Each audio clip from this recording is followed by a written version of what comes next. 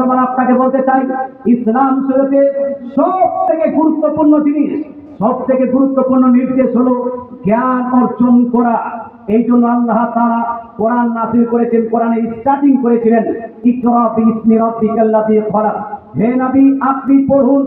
আপনার উম্মতিকে সম্বোধন করে, নবীর উম্মতিকে সম্বোধন করে আল্লাহ তাআলা বলছেন আপনারা পড়ুন, তোমরা পড়ো। বিসমি রাব্বিকাল্লাযী খলাক, নিজের রবের নাম নিয়ে।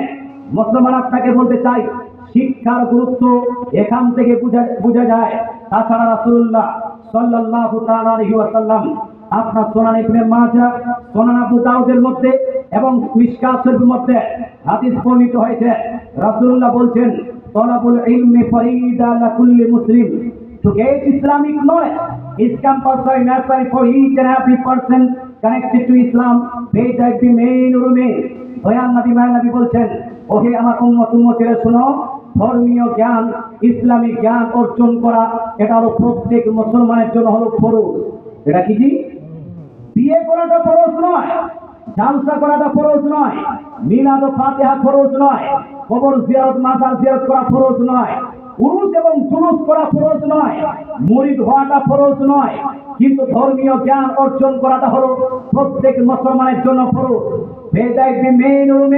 সেই মুসলমান পুরুষ হোক অথবা নারী, মুসলমান আপনাকে ধর্মীয় জ্ঞানটা আপনার জন্য কম্পালসারি করেছেন কেন, জরুরি করেছেন কেন? আচ্ছা বলেন তো, বিনা পড়ায়, বিনা শিক্ষা অর্জন করে সঠিকভাবে নামাজ পড়া যাবে ভাই?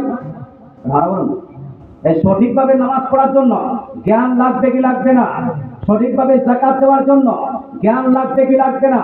সঠিকভাবে হজ আদায় করার জন্য জ্ঞান লাগবে কিনা? সম্পূর্ণভাবে রমজান মাসের রোজাকে পূর্ণ কিভাবে করতে হয় এটার জন্য জ্ঞান লাগে। এই জন্য জ্ঞানটাকে অতি জরুরি করেছেন। কিন্তু আজ বর্তমান সময় মুসলমান জ্ঞান থেকেই অনেক দূরে। রাসূলুল্লাহ সাল্লাল্লাহু তাআলা আলাইহি ওয়াসাল্লাম যেভাবে পুরুষের জন্য জ্ঞান অর্জন করাকে জরুরি করেছেন, তদ্রূপ মহিলাদের জন্য জ্ঞান অর্জন করা জরুরি করেছেন।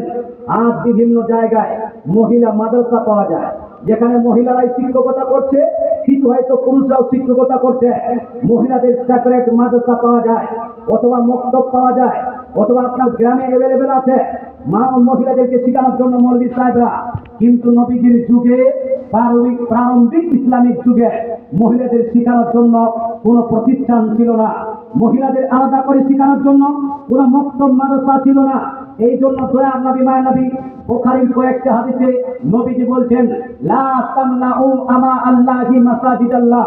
ওহে আমার উম্মতরা, হে আমার সাহাবায়ে কেরাম, তোমরা নিজ নিজ মহিলাকে, নিজ নিজ স্ত্রীকে, নিজ নিজ ব্যক্তিদেরকে মসজিদে আসতে নিষেধ করো না।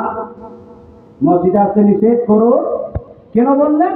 তার কারণটা হলো সেখানে মহিলাদেরকে শেখানোর জন্য অনেক আলাদা কোনো প্রতিষ্ঠান নাই, আলাদা কোনো মাদ্রাসা নাই, একটাই প্রতিষ্ঠান, সেটা হলো মসজিদে নববী। আমার নবী, আপনার নবী, দয়ার নবী, মায়ের নবী এই মসজিদে নববীতেই শিক্ষা দিতেন। এই মসজিদে নববীতে যাকাতের শিক্ষা, নামাজের শিক্ষা, হজ্জের শিক্ষা, আপনার উমরার শিক্ষা, সব শিক্ষা দয়ার নবী মায়ের নবী এই আপনার মদিনার মসজিদে নববীতে নিজেই দিতেন। তাই রাসূলুল্লাহ সাল্লাল্লাহু আলাইহি ওয়াসাল্লাম ইরশাদ করেন, যেভাবে পুরুষরা এই শিক্ষা অর্জন করতে আসবে, মহিলারাও শিক্ষা অর্জন করতে আসবে। শিক্ষা অর্জন করতে গিয়ে যখন টাইম হতো, মহিলারা ওখানেই নামাজ পড়তেন। কারণটা হলো এই, রাসূলুল্লাহ সাল্লাল্লাহু তাআলা আলাইহি ওয়াসাল্লামের কাছে খুব পর্যাপ্ত পরিমাণে সময় ছিল না, বরং নবীজি সাল্লাল্লাহু আলাইহি ওয়াসাল্লাম নামাজের আগে অথবা নামাজের পরে মদিনার মসজিদে দাঁড়িয়ে আপনার শিক্ষা দিতেন। তাই নামাজের সময় মহিলারা মসজিদেই থাকতেন। কথা বোঝা গেল ভাই? এই হাদিসকে পেয়ে আমি শুনলাম এই এলাকায় নাকি মহিলারা মসজিদে যেতে শুরু করেছে, ঈদগাহে যেতে শুরু করেছে, ছেলেদের পিছনে তারাবি নামাজ পড়তে শুরু করেছে। মুসলমান খুলে রাখেন, কান খুলে শুনে নিন, একজন মহিলার জন্য কুরবানির নামাজ ইসলাম শরীয়তের তরফ থেকে মহিলাদের জন্য মাফ করে দিয়েছেন। ঈদের নামাজ মহিলাদের জন্য মাফ করে দেওয়া হয়েছে। আপনার জুম্মার নামাজ মহিলাদের জন্য মাফ করে দেওয়া হয়েছে। তদরূপ জানাজার নামাজ মহিলাদের জন্য মাফ করে দেওয়া হয়েছে। মহিলারা জুম্মার নামাজ পড়বে না, বরং জুম্মার পরিবর্তে মহিলারা বাড়িতে জোহরের নামাজ আদায় করবে। কিসের নামাজ?